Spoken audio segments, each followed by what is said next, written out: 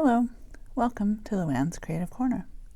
I'm a librarian at a community college and I run a craft program for kids.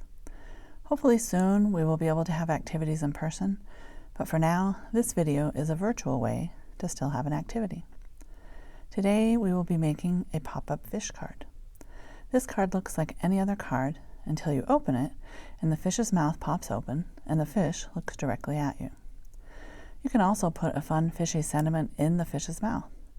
These cards can be used for a variety of recipients and all sorts of occasions. And with the addition of 2 small strips of cardstock cut with zigzag-shaped scissors or pinking shears, the fish can easily be turned into a shark. Isn't he cute?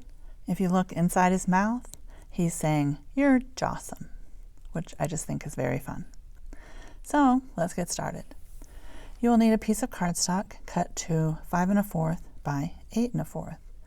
Score it at 4 1/8. You will need a second piece of cardstock in a contrasting color cut to 5 1/2 by 8 1/2 and scored at 4 1/4. This slightly larger piece of cardstock will be the outside of your card and the color that shows in the fish's mouth. We will work first with the smaller piece of cardstock, which will be on the inside of your card. Match up the corners and fold along your score line at 4 1/8. Make a good crease here by burnishing the fold well. Use a tool or the edge of your fingernail. Now I'm using a paper square cut to 1 1/2 inches on all sides to help with measuring. You could use a ruler, but I found that a square like this made it quick and easy to line everything up. Place the square in the center of your card with opposite corners along the center fold. Use a pencil to mark on your cardstock at all 4 corners. You can erase these marks later, but make sure they are visible for now. When you remove the square, you should have 4 pencil marks on your cardstock, with 2 along the center line. This die set is the Geometric Builder Squares from Simon Says Stamp. It made it easy to cut a perfect 1 1/2 inch square, and then to also cut 2 triangles that perfectly match that square. You could also use a paper trimmer to cut a 1 1/2 inch square, and then cut that square from corner to corner to create 2 triangles of the needed size. The triangles will be used for a bit of measuring and can also be used to add color and pattern to the body of the fish. Or in this case, I'm making a shark. Line up one of the triangles so that its top point is on the top pencil mark and the other 2 points are at the other 2 pencil marks. The bottom edge should be perpendicular to the center line. Draw a line along half of the lower edge of the triangle, from the center fold to the pencil mark. Now, fold the cardstock in half, making sure your corners still line up. Then cut along the line you drew, making sure to not cut further than the pencil mark. You will now have a slit in the center of your paper. Using a straight edge, such as a ruler or even a popsicle stick will work, line the edge up with the top pencil mark and the end of your cut line. Hold your straight edge in place and fold both layers of cardstock up along the line created by the straight edge. Use your straight edge tool to burnish along the fold and fold the flap you've created back and forth to create a really nice fold. Spend a bit of time making sure you have a nice fold since you're folding through 2 layers of cardstock. Now repeat the same steps, making a second folded flap using the lower pencil mark on the center line and the same end of your cut line. And again, spend some time reinforcing and folding this flap as well. Now unfold your cardstock and with the side that you marked on facing you, push through the fish's mouth from behind while you are closing the card, which will reverse the folds along the center. Make sure you have some good creases through both layers of cardstock. Another chance to do some burnishing. You could now glue the paper triangles to create the body of the fish or shark, or if you don't want to worry about gluing paper at all, you could use markers or crayons or whatever coloring tools you have on hand to color and decorate your fish. If you are going to use the paper triangles, I found it worked best though to first glue the fins and any other extra pieces you're going to add to your fish. Since this is a shark, I'm just going to add some curved lower fins and then use a marker to draw in that top fin. I'm showing here how I created the shark's lower fins using a circle punch to create basically a crescent moon shape, which I then cut in half for 2 shark fins. I'll give some ideas later for the fins and the tail on a fish. Now glue the 2 lower shark fins, which I looked up and learned are called pectoral fins. Use the folds you made to judge the placement of the fins. I made sure that a bit of the top end of each fin was over the fold, so that when I glued the triangle onto the body of the shark, the edges of the triangle would help hold both fins in place. Gluing them like this also helps the pieces stay in place over the folds as the card is opened and closed, and it makes all the pieces look more like one seamless piece. Now it's time to glue the paper triangles to create the body of the shark. I used Elmer's glue. I wanted a wet glue that would give me time to adjust the pieces if needed. The type of Elmer's glue I had seemed pretty thin, but it still worked once it dried. If you only have a glue stick, make sure to apply a lot, especially to the edges of the triangles. Also, be careful to place the triangles so that they don't overlap the cut line and interfere with the opening of the mouth and the shark's teeth, which will be added soon.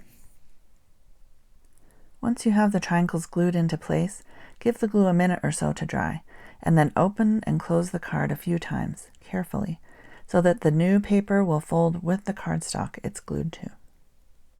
Check to make sure that all the pieces are glued down well. This card has lots of movement as it's opened and closed, and so pieces will tend to come up if they're not nicely adhered. Now use a marker in your color of choice to outline the body of the shark. I started with a green marker, then changed my mind and went over the lines with a blue marker, which made the lines a nice blue-green color. I made the lines pretty thick and dark, which helped cover up any pencil lines I had left behind, and it really tied together all the different parts into one shark body. Don't forget to draw in the top shark fin, which is called a dorsal fin. Think about how a shark's dorsal fin would look as the shark swims towards you. Does your shark have a dorsal fin that is straight or a bit curved? I looked at shark pictures online and saw both types. Make your shark look however you would like. Next, I punched some small circles from white cardstock with a hole punch and glued those to the face of my shark. I added details to the eyes with markers. You can change up the look of your shark dramatically based on the placement of the eyes and the details you add. Now it's time for the zigzag shark teeth. I cut a 1.5 inch strip of cardstock so it would be just a bit longer than the shark's mouth. Then I cut the strip in half lengthwise using some pinking shears. Zigzag shaped scissors would work for this too. Now I have 2 pieces of zigzag shark teeth. I placed the zigzag strip on the back of the shark's mouth so that the zigzag teeth were just showing over the top edge of the mouth opening.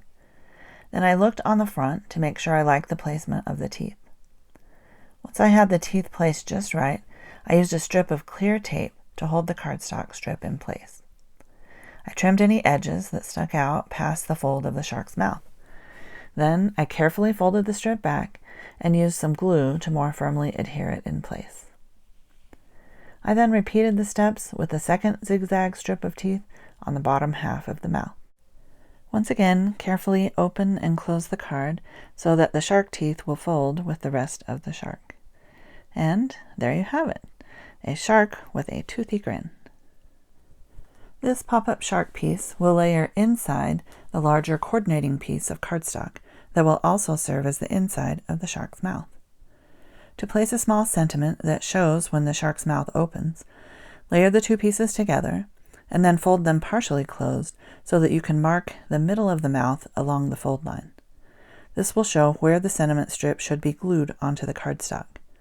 Before gluing it down, I folded it in half and matched that fold up with the fold on the cardstock. This way I made sure that my sentiment strip was placed so that it could all be read when the shark's mouth was opened. You could glue the 2 pieces together now, but I thought it would be easier to decorate the inside of the card before gluing the 2 pieces together. Fishy stamps and stickers would work great here to help decorate the card. But if you don't have those, you can also use just some markers, crayons, and colored pencils to draw your own watery details for your card. Is your shark deep in the ocean or swimming just below the surface of the water? Are there other fish in the water around him, or is he all alone?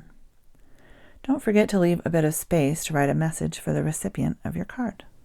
To glue the two pieces together, add glue all over the back of the shark cardstock, making sure no glue is on the folded area of the shark's mouth.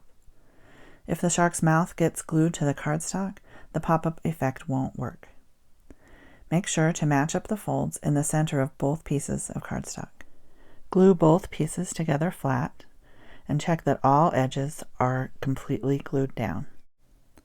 Now you can test out that pop-up effect and make sure it still works. I layered a 4 by 5 1/4 inch piece of white cardstock to the front of my card. Since I used markers on the inside of my card, I used markers again to draw a matching bit of ocean with a school of fish and one small fish hiding along the bottom. That little fish knows there is a shark in the area, even though the recipient of the card doesn't know it yet. But that shark on the inside is sending some friendly, although toothy, smiles. So there you have a pop-up shark card. For the fish card, the steps are exactly the same as the shark, except that there's no need to add zigzag shark teeth. And if you like, you could add a piece that would look like the fish's tail popping up from behind the fish.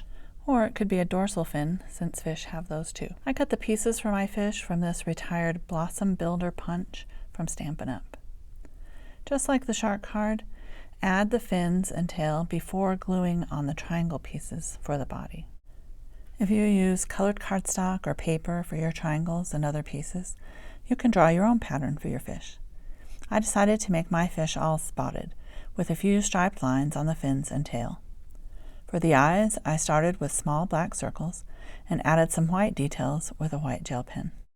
I thought it would be fun to make a clownfish like Nemo, but this fish just wanted to be spotted. Can you figure out what a clownfish like Nemo would look like swimming towards you? Or maybe you want to create a fish that is entirely your own and doesn't look the same as any other fish. I hope you have a lot of fun creating your own pop-up fish or shark card. I've had fun making them, and I've sent a couple of them lately as Get Well cards to family members.